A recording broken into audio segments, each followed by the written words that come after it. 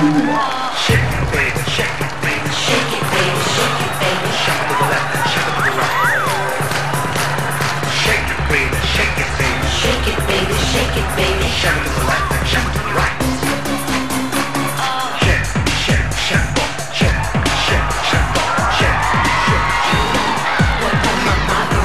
Shake, shake, shake, shake, shake, shake, shake, shake, shake. Hanggang maubos. Shake it, tempo na. Pagpatak ng alas 12, lahat tayo Bulaga! Ito lang naman ang ilan sa mga abangan nyo ngayon. Maglalaban-laban ang mga angkan ng pamilya sa Pinoy Henyo. Meron kang jamming time with Dabarkad's Kimpi and River Maya. Siyempre, may bayanihan din sa barangay. May papremyo pa, so let's go! One for all, for one! At sa mga nasa bahay, lalo sa mga ka-Facebook natin, abangan ang mapapalanunan sa ito. Ano ito? Ano ito? At may kantahan pa dito sa PMP pambata ng video. Okay. Simulan na natin yung kasama ng mga Dabarkads natin sa Quezon City. Dabarkads! Pasok! Ay! Ay! Yun, oh.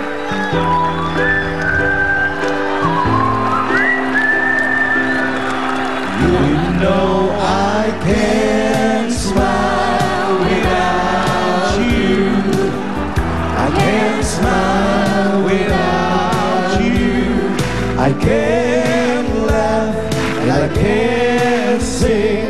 I find it hard to do anything. You see, I feel sad when you're sad. When you're sad. I feel glad when you're glad. When you're glad. If you only knew what I'm going through. I just can't smile without you. Ang sweet naman! Paano naman tayo mag-i-smile? Ang klaro ng lyrics. Ano ba bali-buli-bu?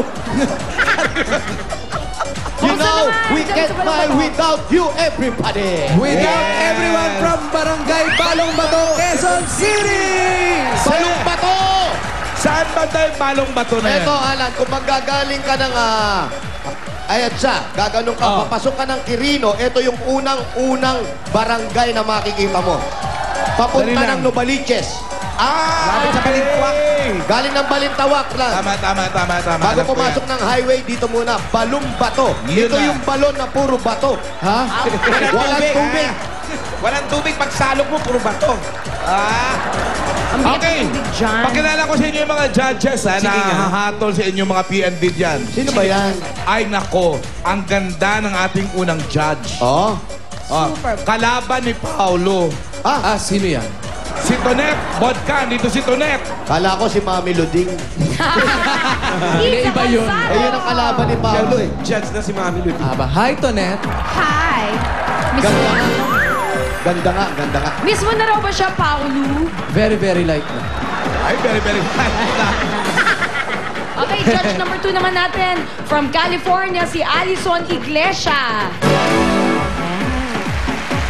From California, California, halatang taga-California dahil sa headband. Doon lang nabibili yan. Eto, nag-judge pa, pero makikijamming mamaya to with the River Maya. Kimpi the Lion. Hoy, Paulo, namimiss na kita. Ano ka ba naman, Chen? Ako, ikaw talaga. Ikaw ang namimiss ko. Ay, naku, kulit-kulutan ka kasi. Ay, naman. Si Kimpi. Kimboy! Ikaw rin, Kimboy? Yes! Original yan? Oo. Ano pangalan mo?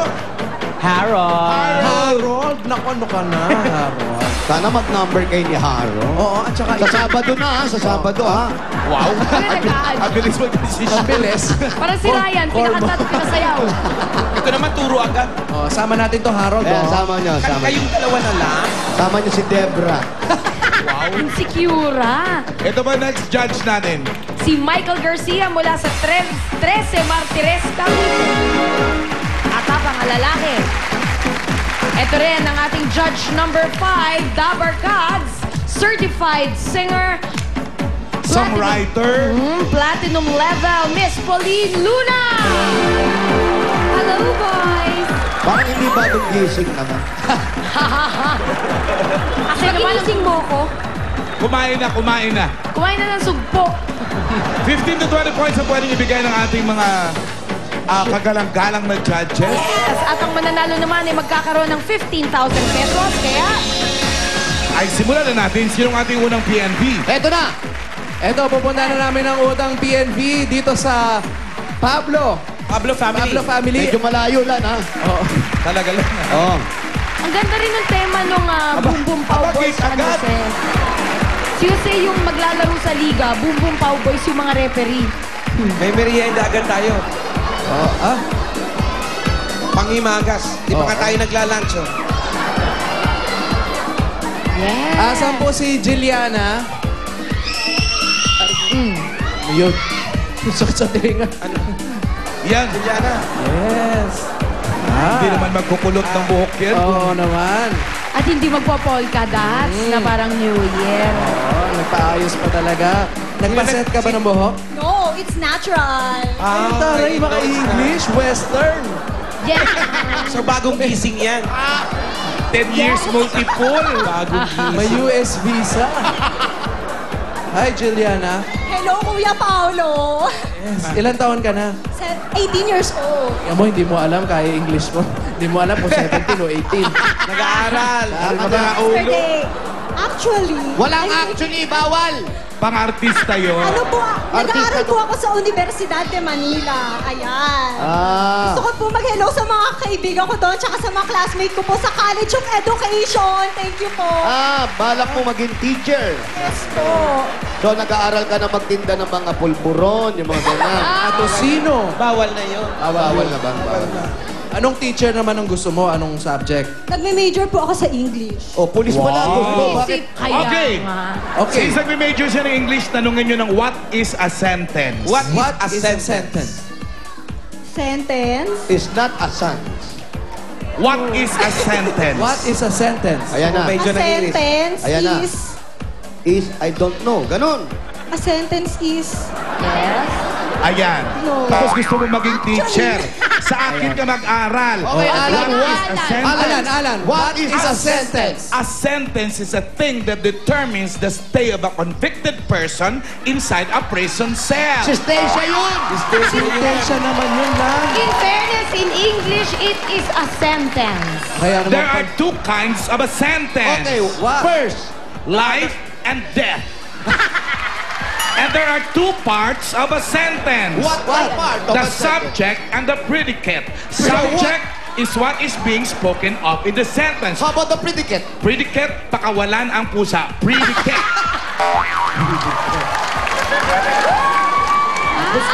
You know what is a sentence? Ayan ah. So can you say it again? What is a sentence? A sentence is made up of a subject and a predicate. Tinan mo? Tama mo. Tanungin mo siya ngayon, kano yung predicate? Oh, what is What a predicate? predicate. Ano yung predicate? Predicate. Ayan. Nakawala ng pusa, sabi ni Alan. Tanungin mo siya, what is a verb? What is a verb? A verb is an action word. Ay, mali na naman. Sige nga, Ano ba Alan. yun? Ano? What is a verb? A verb is a flying animal. Sabi ko na Uy, mga bata, huwag niyo ako seryosohin.